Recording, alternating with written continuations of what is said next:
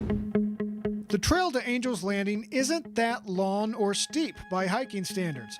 The route most people take is a 5-mile round trip that elevates 1,500 feet. But as this graphic shows, much of the trail is on a cliff, leading to the plateau that is the Angel's Landing. It's a trail 42-year-old Corbin McMillan knew. He loved Zion. He'd done Angel's Landing twice before. McMillan moved from California to St. George, Utah 3 years ago to help with his father, who was on hospice care. Margie Barron is McMillan's mother. When home health aides would come over to help care for her husband, McMillan would use the opportunity to go hiking. I think he liked Angel's Landing because it was gave him some adrenaline. This is a report we obtained from the Park Service through the Freedom of Information Act. It's about someone who fell to his death from Angel's Landing. The number of these reports is increasing, as will visitation to Zion National Park as the spring arrives and the pandemic ends. So, do hikers have to just keep falling from one of the most scenic trails in the world? We asked experts in outdoor recreation, what's going wrong? If it's not the most dangerous trail in America, it's one of the top 5. Travis Heggie is an associate professor at Bowling Green State University who studies deaths in the national park system. He also used to work in risk management for the Park Service. You're winding, you're going back and forth, you're zigzagging, you're climbing over some difficult rock. Angel's Landing is one of those bucket list hikes that folks want to do. Jeff Rose is a professor of outdoor recreation studies at the University of Utah. We showed Rose and Heggie the government reports and photos we obtained. The professors noticed some interesting trends. The trail's best-known stretch is a narrow section where the Park Service has installed a chain handrail. But that's not where hikers are dying. Folks were falling either before the chain section or after the chain section, and 44% of the falls happened at the top. Rose said the data indicates hikers are getting too close to the edges. I'm a 6-foot person. I encourage folks to kind of follow that rule. Don't get within 6 feet of the edge where you could fall and potentially lose life or limb. Heggie noticed many of the people who fell were hiking alone or, like a 13-year-old girl from Colorado City, Arizona, who died in 2018, got separated from their group. Don't leave children alone on that trail. Of the 13 people who have fallen to their deaths from Angel's Landing since 2000, most of them were men and most were visiting from other states or countries. Visitation at Zion National Park has doubled over the past 30 years, reaching almost 4.5 million people in 2019. This most recent January and February set visitor records. Anyone that passes through Zion's gates are free to hike to Angel's Landing without any permit or special instruction. Rangers do not routinely staff the trail. One fatality report from 2017 noted that the trail was averaging 641 visitors per day. I would really recommend to the National Park Service that they take this trail and they start using a permit system, because there's way too many people getting on this trail and there's way too many inexperienced people getting on this trail. The National Park Service is liable for a lot of these incidents that happen on the park, in light that they are aware of the risks. Why not close Angel's Landing Trail altogether? I have no problem with that. The Park Service warns on Zion's website and in signage at the trailhead that the hike's steep drops have killed people. Rose favors increasing the education for hikers. He's also open to limiting the number of people hiking the trail. He warns that could increase traffic elsewhere in Zion. What Rose doesn't want is more railing on the trail. He says that would detract from the natural setting. One of the reasons that we appreciate these spaces is because they allow a chance for contemplative leisure, where we can think about bigger issues, bigger than ourselves or bigger than society and things like that. Barron would like rangers on the trail to enforce safety rules and keep an eye on hikers. She thinks her son had already reached Angel's Landing and was on the return on February 19th. She's been told by park staff and the sheriff's office that McMillan had left the trail, perhaps to look around. McMillan didn't take his coat with him. His mother wonders if he developed hypothermia and got disoriented. No one saw him fall. They called and said, we've located him and identified him. I started wailing and just said, oh, my boy, my boy. He fell 1,200 feet. After his memorial service, McMillan's family gathered for this photo underneath the spot on the trail where he fell. I didn't know until my son passed how many people have died at Angel's Landing. My son was way too young to die. In Salt Lake City, I'm Nate Carlisle, Fox 13 News, Utah. She was amazing. Even when people were mean to her, she would still help them. Izzy Tishner was on the autism spectrum and had dyslexia. Her mother says other children recognized her differences and frequently bullied her. She really didn't say what she wanted to be, but I knew I know she told me, "Mommy, I want to be more than this." And now I think I understand what she meant. More than this is more than her disability. Now Tishner is grieving the loss of Izzy, who died by suicide on Saturday. You really wouldn't have known that she was going through that. So that was the hardest part. Like, she must have really internalized this. A staple on 25th Street in Ogden. I think of Gabby now when I see it, just based on the case. Over the past few weeks, the Monarch mural has taken on a different significance. This is a popular spot to take photos for social media. It's also the site of where Gabby Petito shared her final Instagram post before she disappeared. I felt that we could, pay some respect and some love to her family and to her, of course. Jake and a few of his friends wanted to do something special to not only memorialize Gabby Petito, but shed light on tragedies that are happening every day. This isn't rare. This happens all the time, whether it's here locally in Utah. Other cases like this may not get as much exposure. So the deeper meaning for me has been, since we did this yesterday, my Facebook has just been exploding with other cases that people are sharing all over.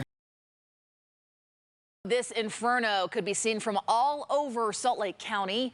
Utah Fire Authority says it took more than 60 firefighters to bring it under control. To give you a better idea, this happened at an apartment complex under construction at the corner of Brickyard Road and 1300 East. With first responders still on scene tonight, we have team coverage. First, Brian Schnee shares some of the terrifying moments for nearby businesses. Brian. Well, Bob and Kelly, just heartbreaking to speak with tenants who actually occupied the adjacent building. It's a strip mall that featured about a dozen small businesses. Many of them felt the heat of the flames, grabbed what they could, and took off. By the time I got out of my building, in just 3 or 4 minutes, the flames were 150 feet high. It was so hot and intense, it turned off my cell phone because my phone thought it was too hot. I wish I could blame the red eyes on the smoke, but it's sad for me. This was an apartment building that was under construction, and that created some challenges. There are 2 large construction cranes, so firefighters kept the public a safe distance away just in case they came down. Well, thankfully, they didn't. But because this building was basically nothing more than a wood frame that's been under intense heat from our heat wave over the past few days, Unified Fire says that's why it just grew exponentially so quickly. Construction materials, all the wood and whatever is there, it's already preheated, it's warm. With these heats that we get in the summertime, the relative humidity drops, so the amount of moisture in the atmosphere is next to nothing. So those fuels are going to be incredibly dry, very receptive to heat and flames. So that's why they burn so quickly and so hot. Someone who was actually inside the apartments at the time told me that she got that flash flood warning. Water was already coming into the apartment, and then water came crashing through, blew open the door, and it was all anybody here could do to just get out as soon as they could. We have some video showing you what some of that, the flash flooding looked like earlier, not just here at University West Apartments, but the video we have shows the Walmart parking lot in Cedar City just completely becoming a pond as people were trying to push their shopping carts through the water all the way up past tires on some vehicles. Some of the other neighborhoods in this area had basically rivers just going down the street. People's basements were flooded out. Again, all of this happening super quickly as that rain moved in.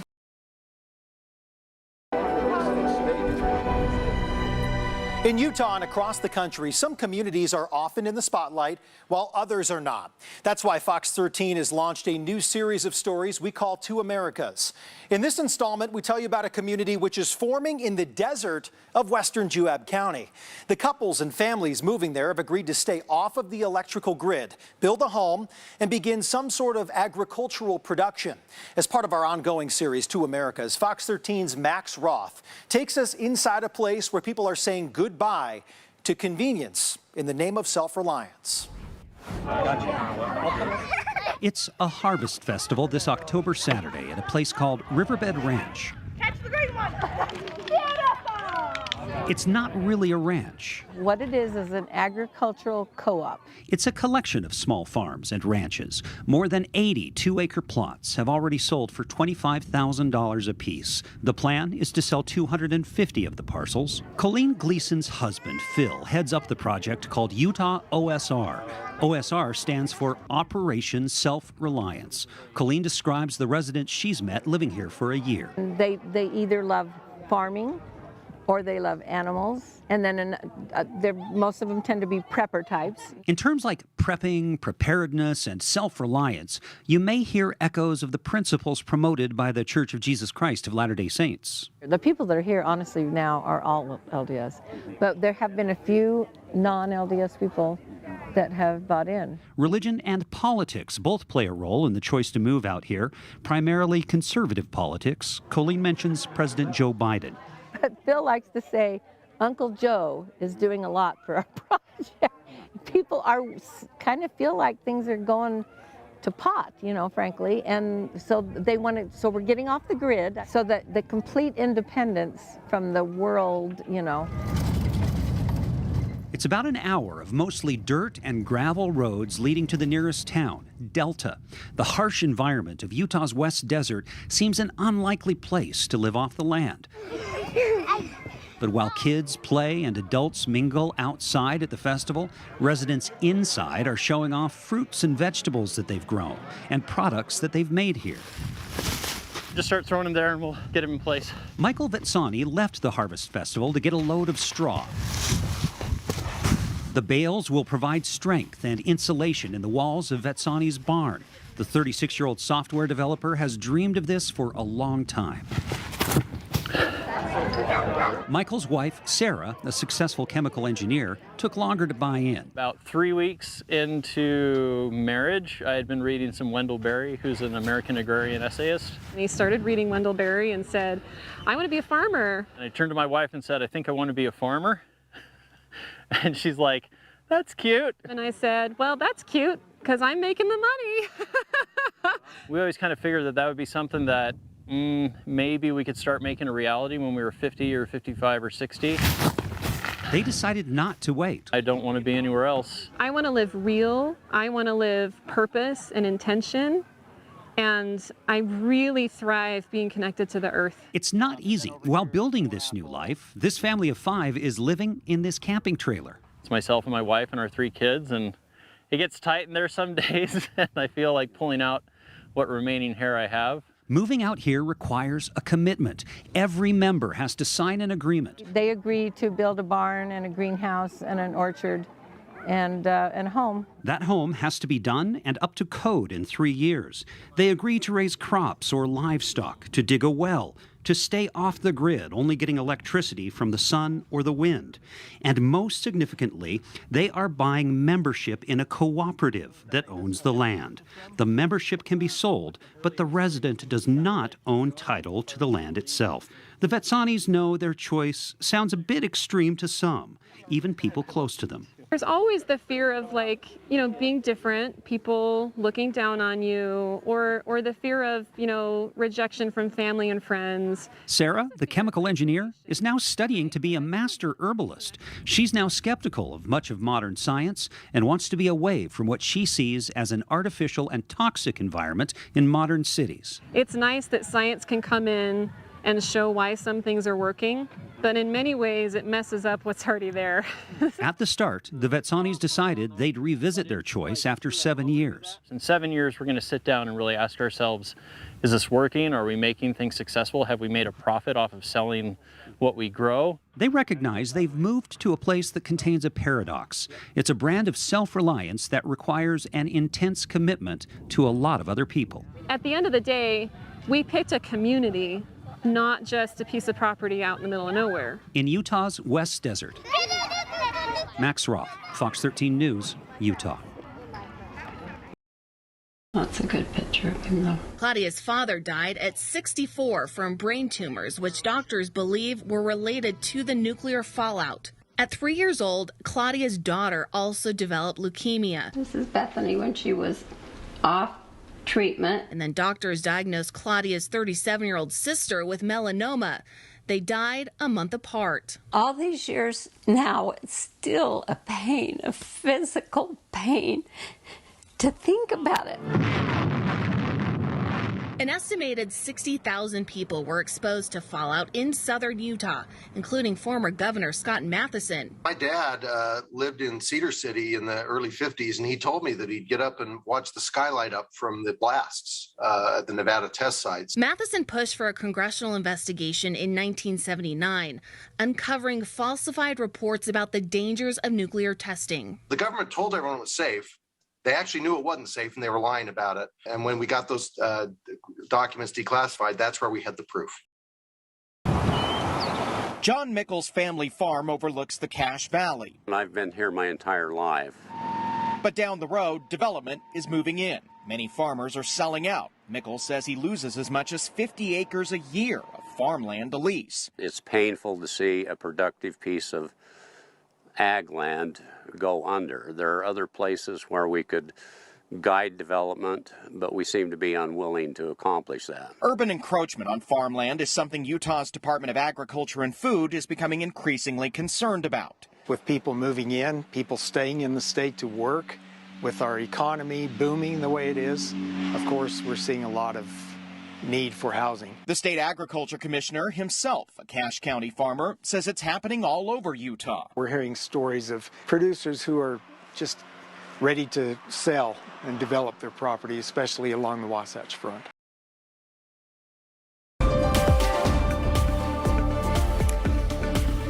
Welcome back, everyone.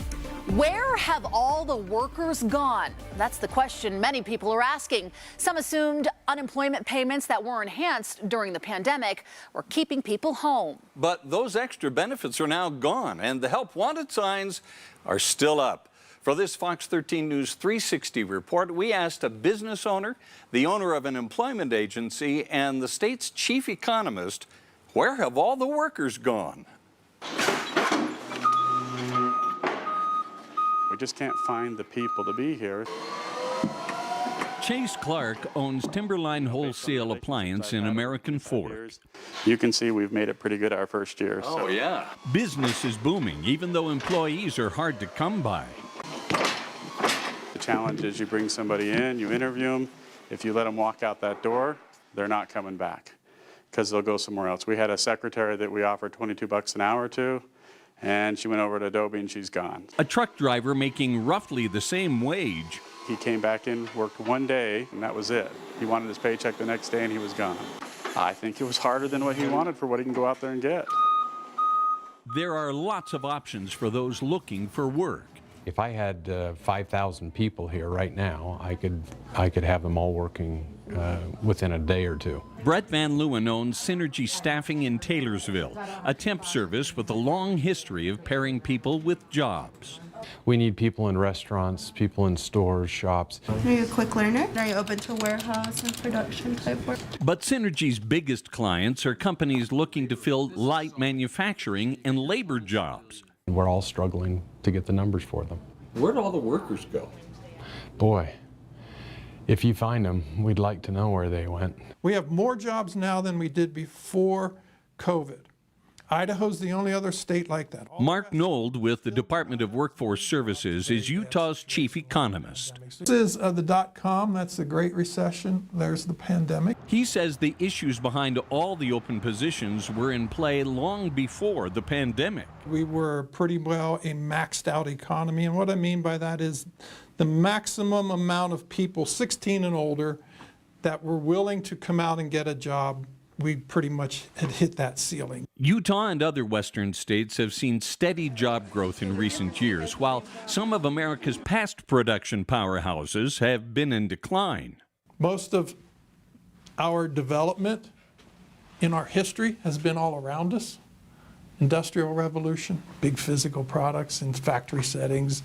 You need flat lands, you need flat roads, you need oceans, rivers, lakes to move those things. As more jobs become technology-based, the internet, the computers, it could care less about geography. In fact, the whole dynamic is flipped. People want to come here and recreate and live, and there's the economic opportunities are there, and it's like a vacuum. And aside from the regional trends which created more jobs needing to be filled, Nold believes answers to the question, where did all the workers go, are found in research done by a nonprofit called the Conference Board, which has been researching national business and economic trends for more than a century. They've specifically identified 5 reasons, starting with massive retirement of baby boomers. For every 2 workers, so to speak, that retires, you have maybe 1.5 that's available to come in behind it. And that has ties to the birth rate. With Utah on the left and the United States on the right, the lower part of this graphic shows the younger generations advancing toward the labor force. If our demographics hold as they are now, in the next 10 to 15 years, you're actually shrinking the labor supply.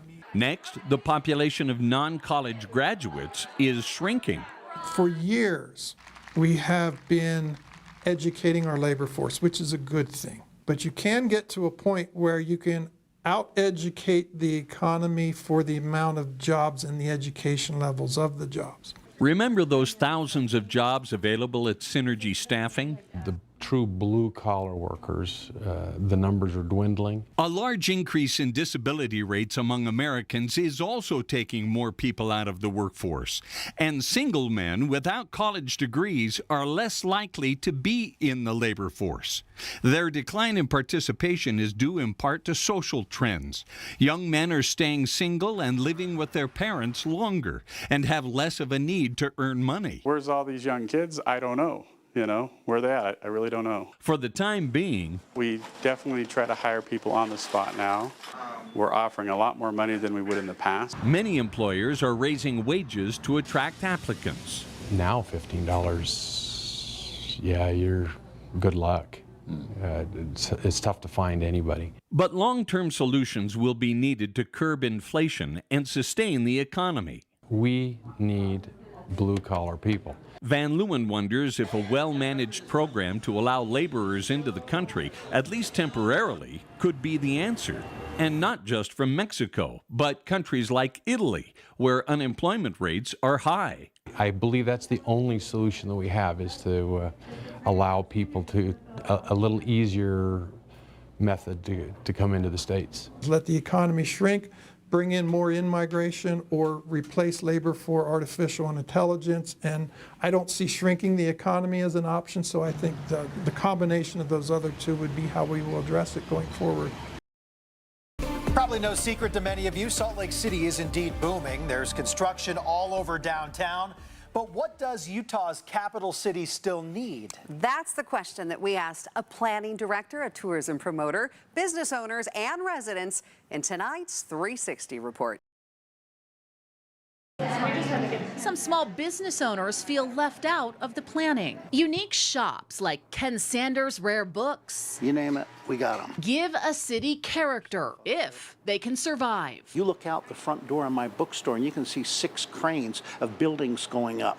10 stories, 20 stories, 31 stories across the street, and then we're next. He's rented this building for the past 20 years, never with an option to buy it from an investment group that plans to redevelop the land it sits on in just a couple of years. Sanders has moved locations before, But this time, there may be nowhere to move to, as small, affordable spaces disappear. They're putting us out of business one by one, and it's almost like a systemic genocide. Sanders says tax breaks and other government incentives to aid businesses in relocating are only extended to big corporations like Amazon. They're going to suck the money out of our city and send it elsewhere. So some guy that I think his name is Bozo can fly himself to outer space. The only mistake he made was coming back. This neighborhood stays pretty vibrant most days, even on the weekends. On the capital city's west side, the influx of people and housing seems to benefit the Pioneer Park area, where Matt Caputo's family has done business for decades. What changes would he like to see in the future? I think that architecture, especially in great cities, like some of the ones we talked about, it's meant to stand for centuries. And I don't see a lot of that. He also says if liquor laws changed, allowing businesses to purchase at wholesale prices like they do in other states, it would make local restaurants more profitable, ushering in more and better dining options downtown. 2.5 hours south of Salt Lake City, the UFO landing site. Right next to the John Deere pickle slicer, the number 12 do-nothing machine, and the Coyote rest stop. What nut come up here and build all this crap? The hillside at the perfect elevation, 6,000 foot, 5 3/4 inches, is the personal paradise of Vaughn Reed. Have you ever seen a UFO? Well, I've seen things that makes you wonder. Vaughn bought 10 acres along Highway 10 when he retired. Everything here, including a house and 8 outbuildings. 95% of this place is recycled material. He built himself. And he's not done yet. Just put this porch posts up yesterday. At 83, Vaughn's building a new workshop he calls the Dugout. This is a patented lock here. This is made in the machine shop. Inside, it's 20 degrees cooler. We're underground now. People will ask me, well, how do you get along with all this junk? I says, I'm just used to it, buddy. There's a Mrs. Reed, too. They've known each other for decades, but only married a few years ago. What made you think I'm going to marry that guy? Well, for one reason, he needed somebody. She's right at home, in the home, where the roof is held up by the trunk of a giant pine tree. And that's pretty nice. He makes them. In the winter, it's heated by a heavy steam engine salvaged from a sawmill. Vaughn went on the mountain by himself and got it. She seems to enjoy this just as much as you do. I know she does. As much as the Reeds love stuff, they love people more. People don't get together and they don't laugh and have fun together. They're too busy being busy and trying to make a living. All those things by the highway are meant to make you smile, maybe even slow down and stop for a few minutes. Yeah, that's been up about a month now. There's no charge to visit Vaughn's creations. We have people sign it when they come. And if you get invited into the treehouse, that's free too. When people come up here and they can spend an hour and take off laughing, I know I've done my job. In Clawson, Utah, Todd Tanner, Fox 13 News. How did a TV and film production company incorporated just months before the pandemic receive one of the largest PPP loans of any business in Utah? That is a question Fox 13 News wants answered, since we are talking about taxpayer money. Here's investigative reporter Nate Carlisle.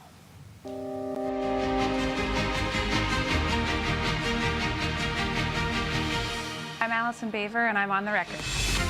Allison Baver was an elite athlete, competing in the demanding and dangerous sport of short track. Actually, I was in the Olympics for speed skating. Actually, it was 3 Olympics.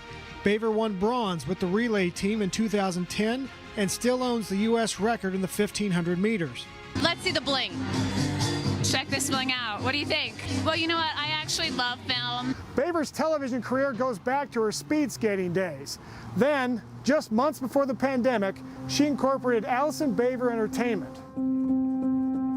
When the world closed to fight COVID, Congress financed a bailout package called the Paycheck Protection Program. The money is often described as a loan. but that loan is forgiven if a business maintains its full payroll or spends the money on other approved expenses. Baver Entertainment received $10 million, the maximum allowed under the program. Utah had only 3 other $10 million recipients, all of them well-established businesses. For Baver Entertainment, $8.6 million was to finance what the company said was 430 jobs.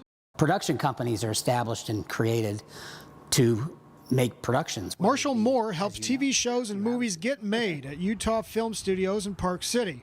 He said the production companies themselves typically employ few full-time workers, then hire actors and craftsmen when it's time to shoot. You'll get small budgets that are under $1 million, and they'll work with sometimes 30 to 50 people, and then you can go larger, over $1 million, $5 million to $10 million. Sometimes those crew sizes are about 120 people, and that includes the producers, camera people, grips, electrics. Baver Entertainment has a producing credit this year, a drama called No Man of God with actor Elijah Wood. IMDb says Baver Entertainment provided funding. Other well-established production companies received far less than $10 million in the bailout. The Jim Henson Company asked for $2.3 million and said it had 110 employees. New Regency Productions, the film company behind such movies as Bohemian Rhapsody, received $1 million and reported having 50 employees. So, what would it take to employ more than 400? I mean, to me, that would be Pirates of the Caribbean. That would be Marvel. Former Olympic speed skater Allison Baver is now indicted on 9 counts of fraud and money laundering. The charge is leveled by a federal grand jury. Fox 13 investigative reporter Nate Carlisle first told you in June of this year about the contradictory numbers around Baver's $10 million federal bailout loan. Nate joins us with that in studio right now with what Baver is accused of doing. The indictment reads much like the story we told you about in June. While Baver's entertainment company said one thing to get $10 million through the Paycheck Protection Program, other business records said something else. Let's see the bling. Check this bling out. What do you think? Allison Baver won bronze with the short track speed skating relay team in 2010. Now she's going from the rink to the courthouse, indicted on 8 counts of false statements to a bank and 1 count of money laundering.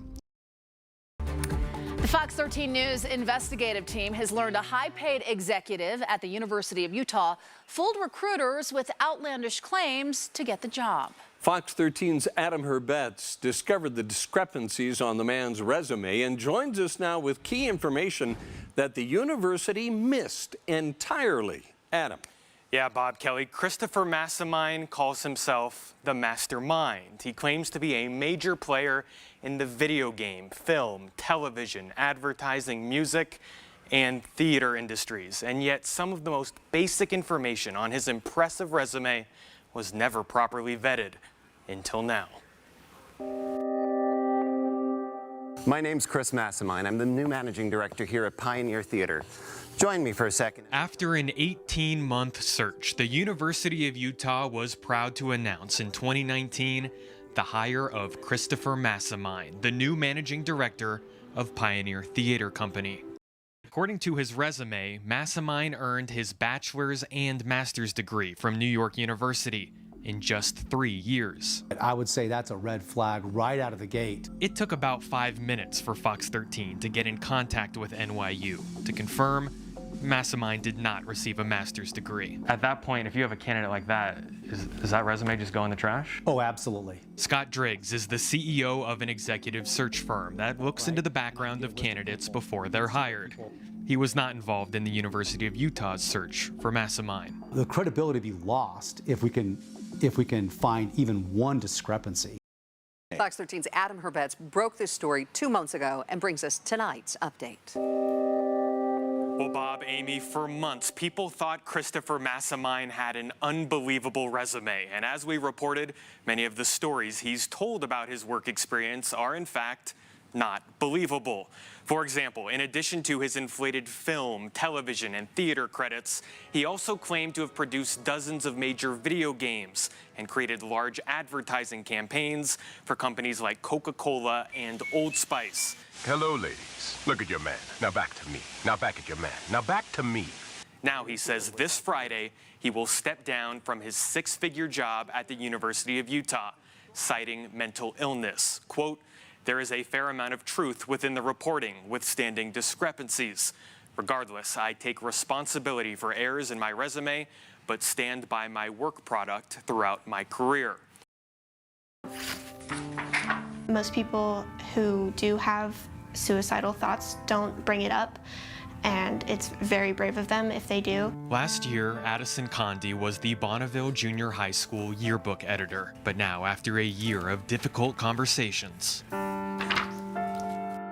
she looks through the pages, realizing what she wanted to publish never made it into students' hands. And I saw that the editor page had been ripped out, so I was a little confused. I was like, that's weird. So I thought it was a mistake. It was not a mistake. The school intentionally ripped out this page from each yearbook, showing a photo of her teacher wearing a shirt to honor the death of a classmate who died by suicide in March. Like physically ripped out. Like you can see in the book that there's remnants of a page. I just want an explanation as to why. I think it's just dishonorable. If you even knew Marina at all, she wasn't silent. She would stand on her principles no matter what, and she had a good moral compass, a solid moral compass. Marina Jensen was 14 years old. We interviewed her dad the day after Father's Day. She was so very, very valuable and unique and special. You don't think somebody that strong and that mentally capable and that loving and kind has, you know, these deep things inside of them. This is not how she would have wanted this to happen. Marina's photo was never taken on school picture day, which means nothing even mentioning her enrollment was published anywhere in the yearbook. That's why Addison says she wanted to dedicate a full page in the yearbook to her classmate to start an important conversation about mental health, drawing more attention to the way Marina lived instead of the way she died. Granite School District denied that request and only found out about the teacher's t-shirt after the yearbook's publication. They brought more of a, oh, what's this? Why is it gone? Kind of attention. Nothing that we wanted to do even said anything about the way she died. It simply said her name or showed a picture of her. It was a positive way to memorialize her. I think that's the very most important thing, checking in more, having more conversations, just getting to the root of problems. Experts tell Fox 13 they agree. Dr. Thea Gallagher, a clinical psychologist and professor at UPenn, gives Granite School District credit for having mental health counselors on campus after Marina's death. But she worries about the message of ripping out a page from the yearbook. The worst thing that can happen is that kids continue to isolate and don't tell people how they're feeling, and then they're not going to get the help that they need. Did the school have any conversations with you about the yearbook? No. A spokesperson for Granite School District declined to go on camera, but said administrators made the decision in an effort to avoid putting students at risk of being re-traumatized. He says they asked the Utah Department of Health for guidance. That's not true. So we were not involved. The Department of Health has not been involved in any school level decisions. Those decisions are made by the school at the school level. The Department of Health also declined to comment on the specifics of this case, but each year they do send out this 76-page handbook, laying out best practices for how to respond after a suicide. It states romanticizing the death of a student is dangerous, but there are ways to honor them in a healthy, appropriate way, including in the yearbook. Quote, the focus should be on mental health and/or suicide prevention. Underneath the student's picture, it might say, in your memory, we will work to erase the prejudice surrounding mental health problems and suicide. It's easier to kind of try to hide that, and the guidelines certainly don't encourage you to hide those deaths, but you have to treat them very sensitively. Does it seem like perhaps this is just a case of the school district being overly cautious? Do you think it does more harm than good? Absolutely. This is a person, this is a human, and we still need the opportunity to celebrate and grieve their life.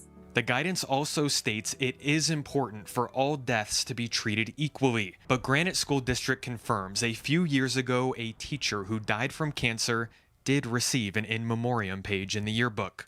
The district now says it no longer does that. All students who've passed away need to be recognized, not just some of them, not just the kids who were popular or that, died by this cause versus that cause. Yeah, this creates that dialogue. This creates a bridge and a pathway for maybe one other kid to say, Dad, hey, I'm feeling kind of weird. Marina has 2 younger brothers, and Dad says having conversations with them after his daughter's death has been crucial. Randomly, on one of the silent parts of the ride home, my oldest son said, Dad, this helped me. Dad, this helped me. He's glad the school was willing to have those same important conversations with students in the days after Marina's death, but he wants to know why it never continued. The only physical memory of his daughter now being a ripped out page. This is not the way to do it. Silence is not the way to do it. I don't want anybody's family to feel remotely close to how we feel. This has been a crippling loss.